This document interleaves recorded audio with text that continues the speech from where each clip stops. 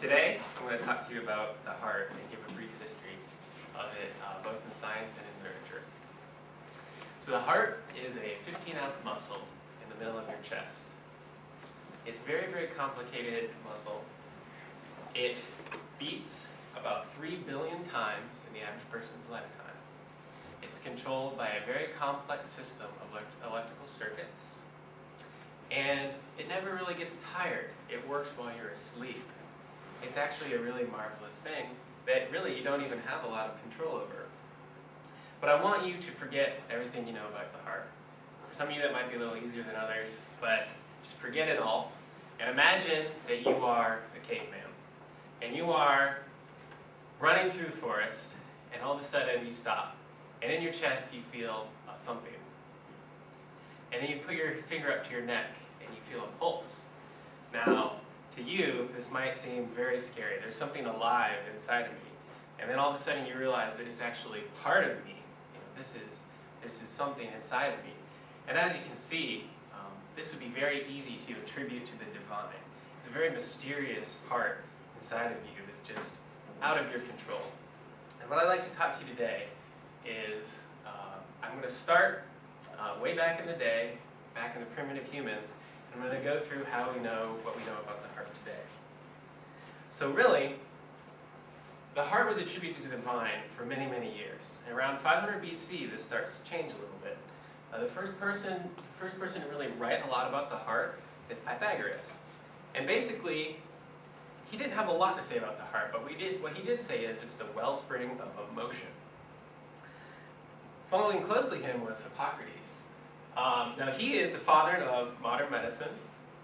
He wrote a book called On the Sacred Disease. And in this book, he called for science to explain issues such as sickness.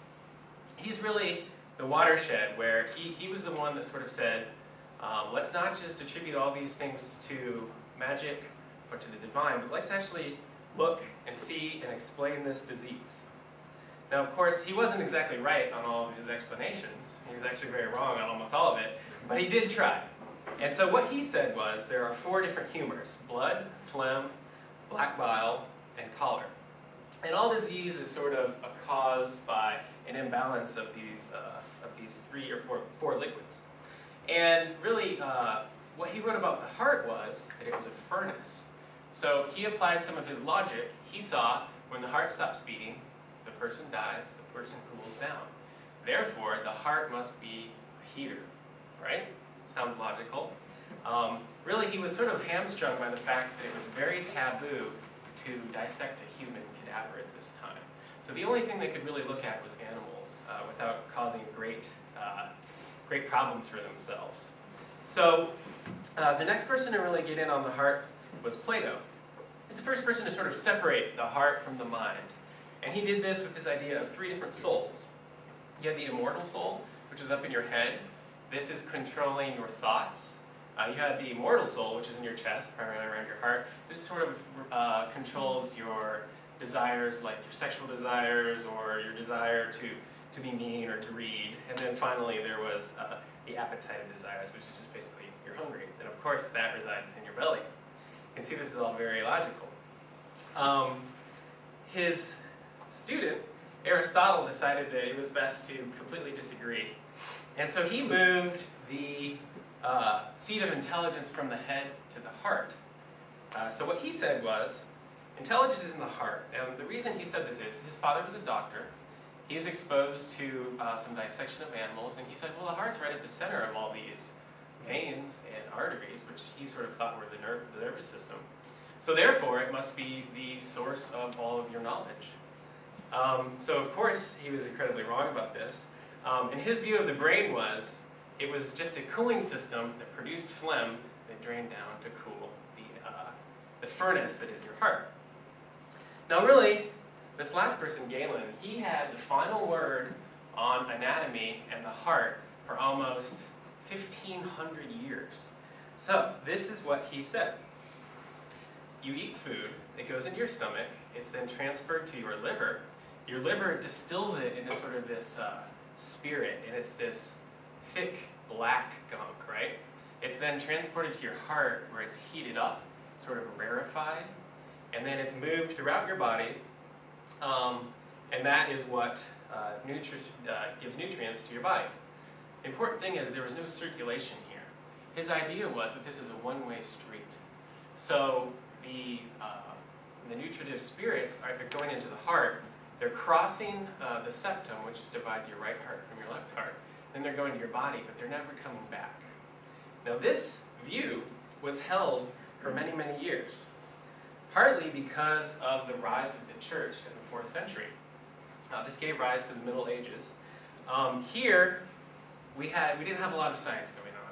It's because the cause of disease was sin.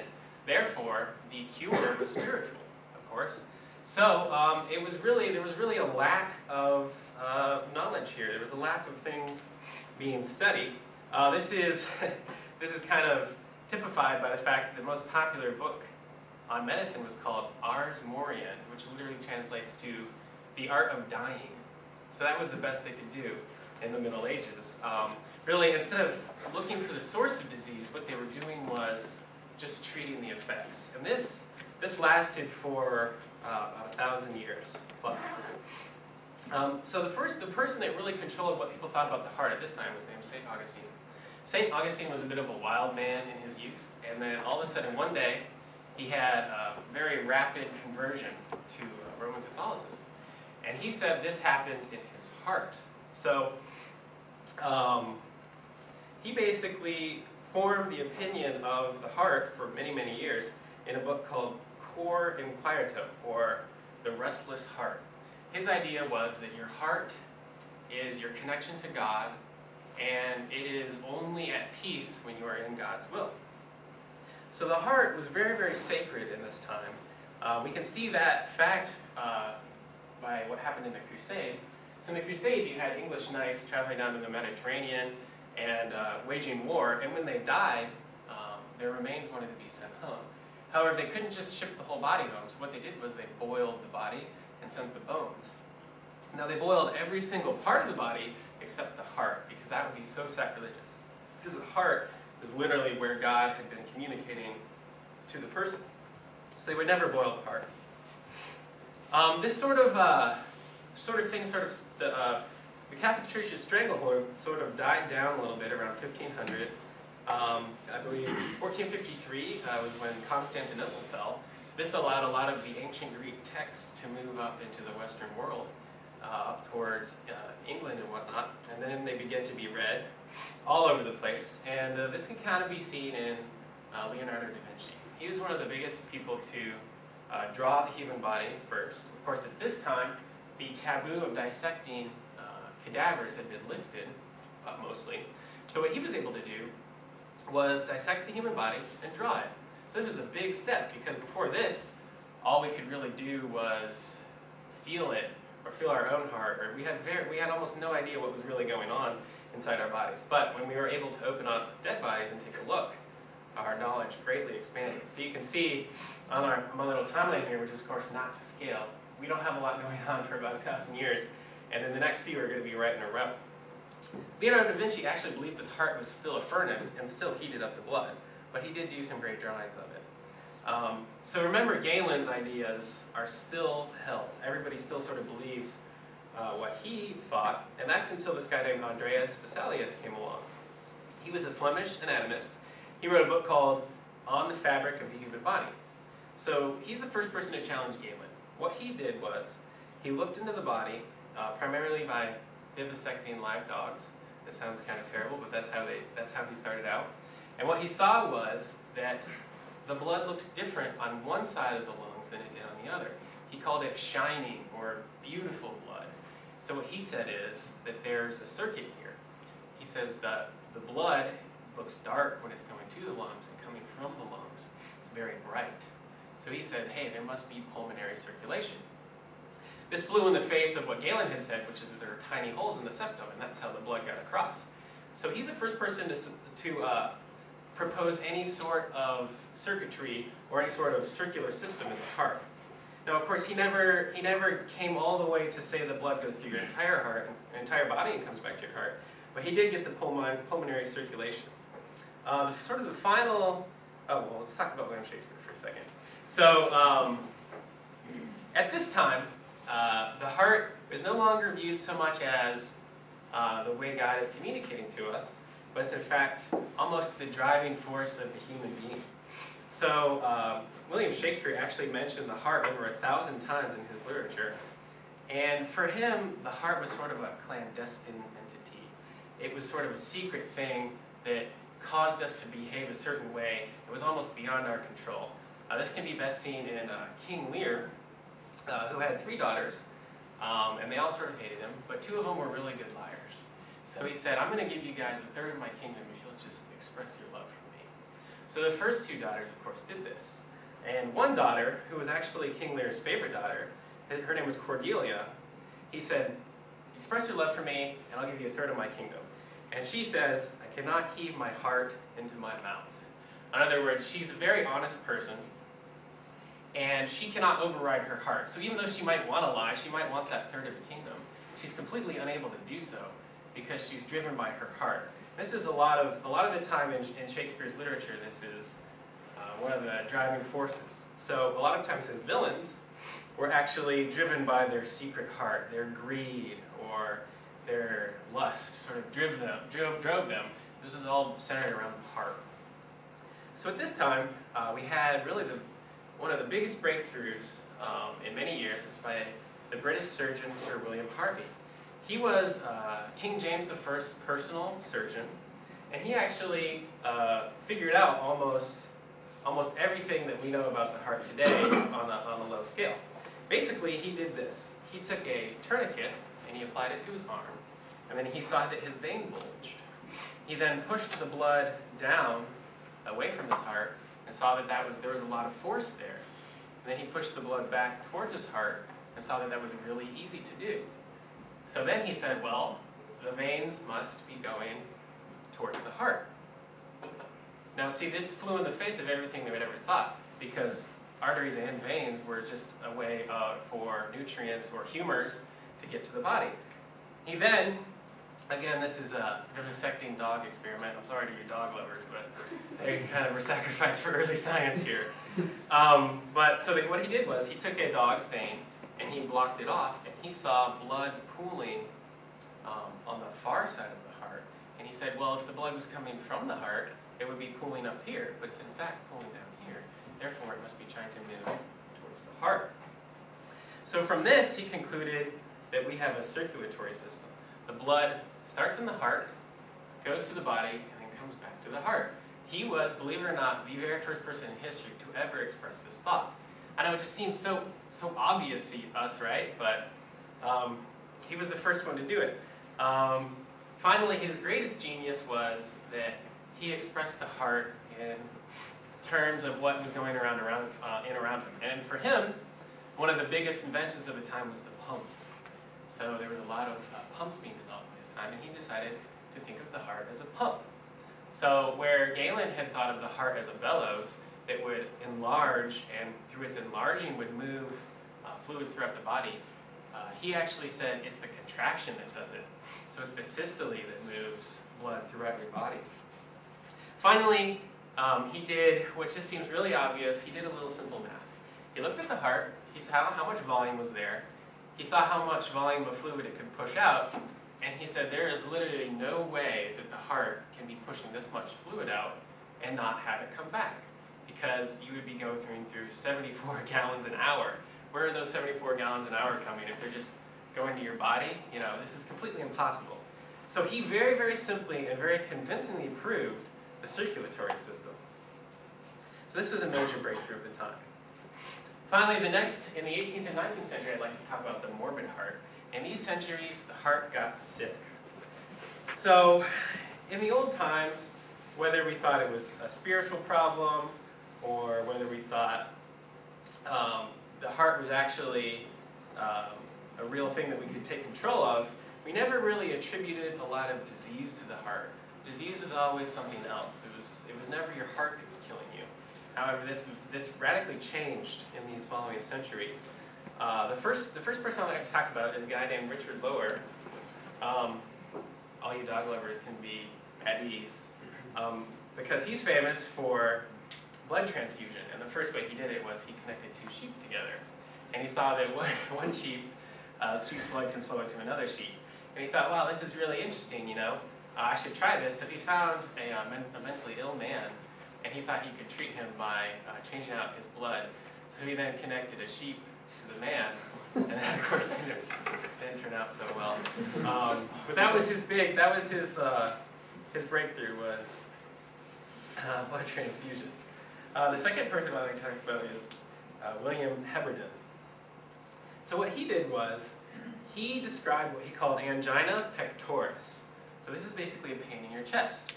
He saw these people were saying, oh, you know, I'm getting this pain in my chest. It feels like there's an elephant sitting on my chest. There's a crushing weight. I get the pain radiating down my left arm, sometimes in my jaw. And he said immediately following this was a heart attack. So this is the first time that a diseased heart is ever linked to death. That was a very, very big idea because everyone has sort of thought of the heart as invincible up to here. And Heberden says, no, in fact, the heart is killing people, and it's happening through, it starts with the pain in your chest. We move on to a guy named René Laennec. I'm not probably pronouncing that right, but he was a Parisian physician, and he was really the first person to ever create the first device to look at the heart. So up until now, breakthroughs in the heart were just cutting things open and looking at them.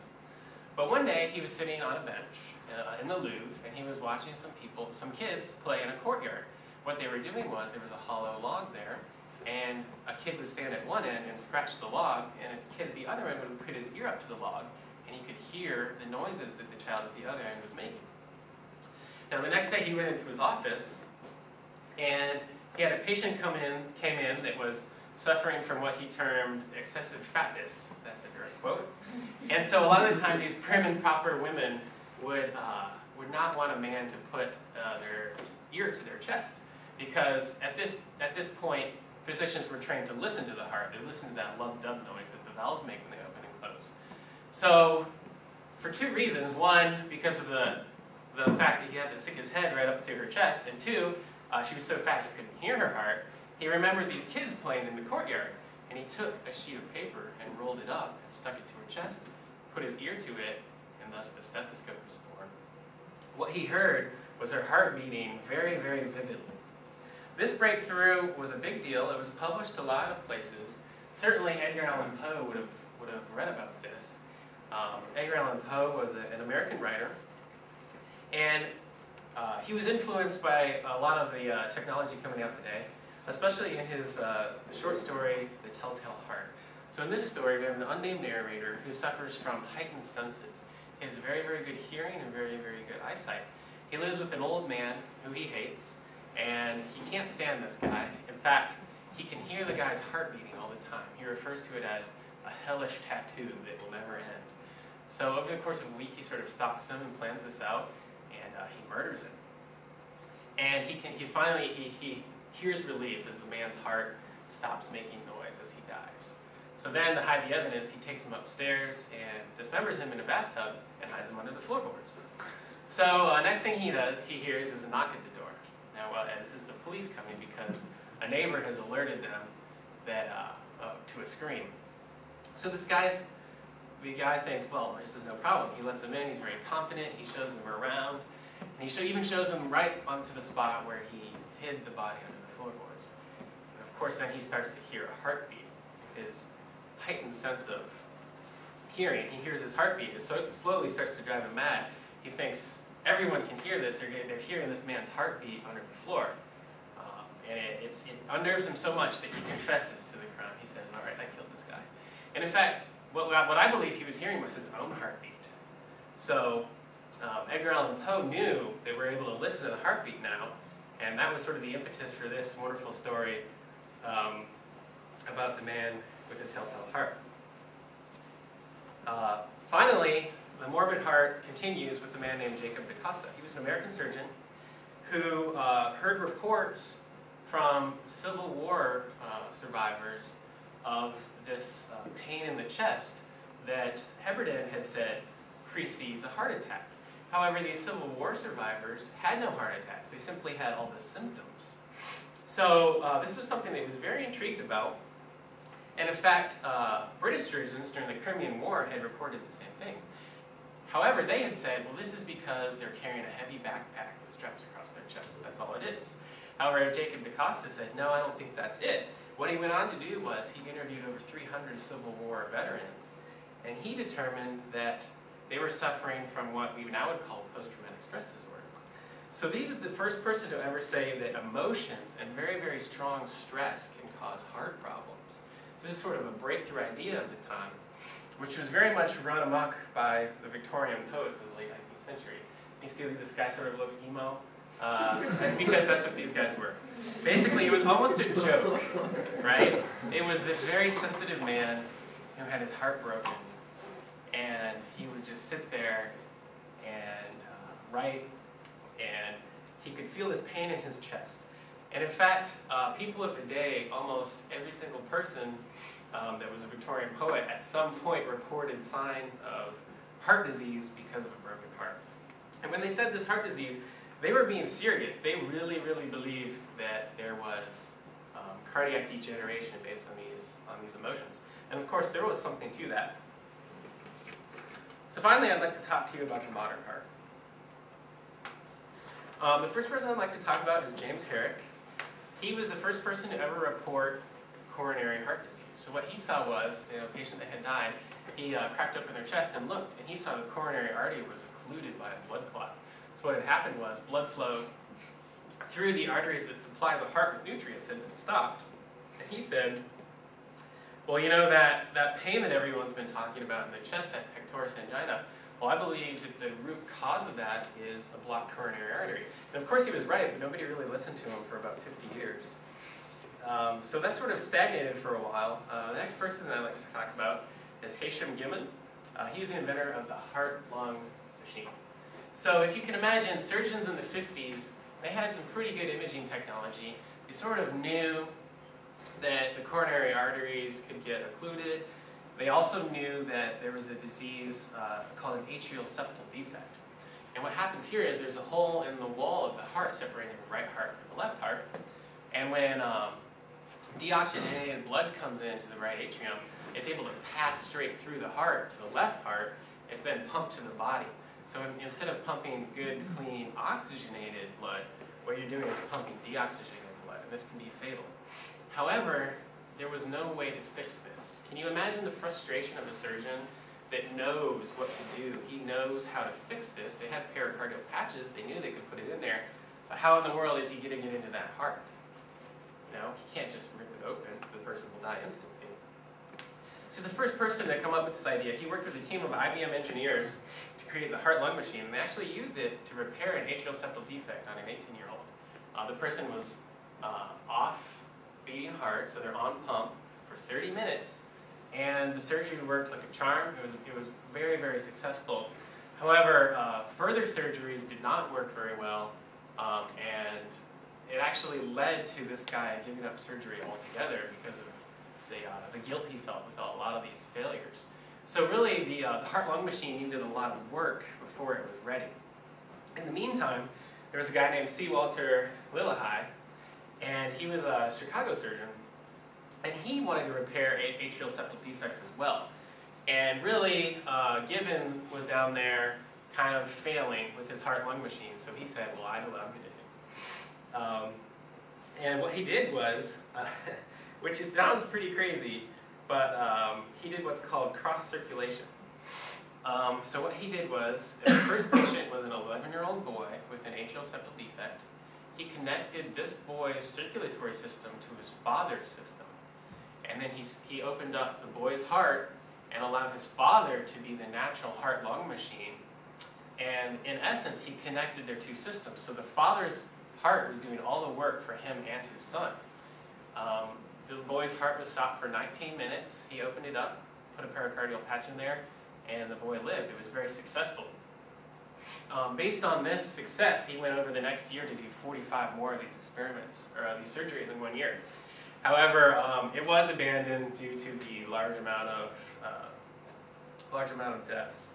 As you can imagine, it's just sort of a very crazy surgery. However, it was really the only thing he could do at the time.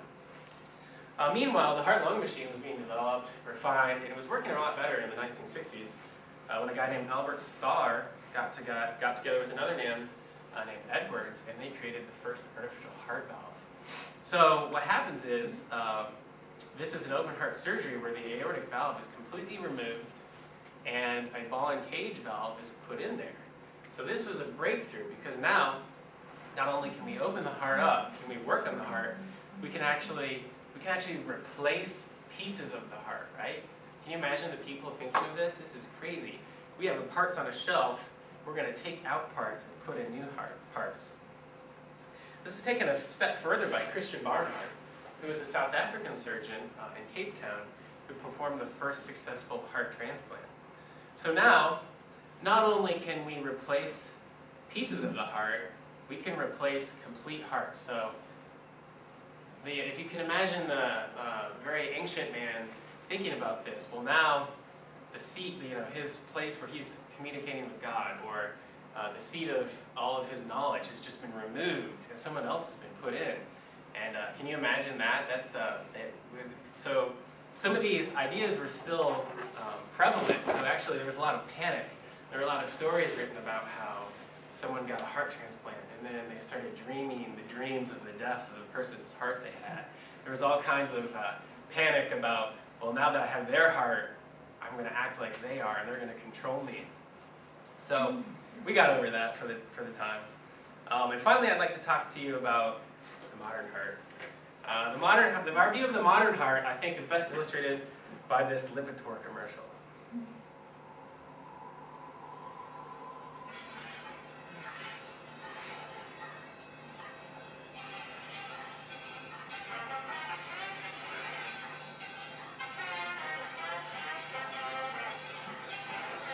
That high cholesterol is going to give.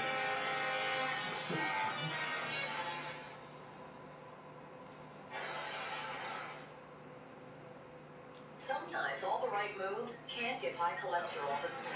If you are at risk and diet and exercise aren't enough, adding Lipitor can help lower your bad cholesterol 39 to 60%. And Lipitor has proven benefits for your heart. Lipitor is not for everyone. I'm going to tell you why you shouldn't take it. But I'm sure there are a lot of reasons.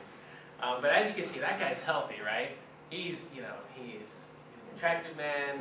He's in great shape. He's older. He's active. He's doing everything right, and yet he has cholesterol hunting him down. That high cholesterol is going to kill him. You can see it's 225. What you want to have a cholesterol number is below 180.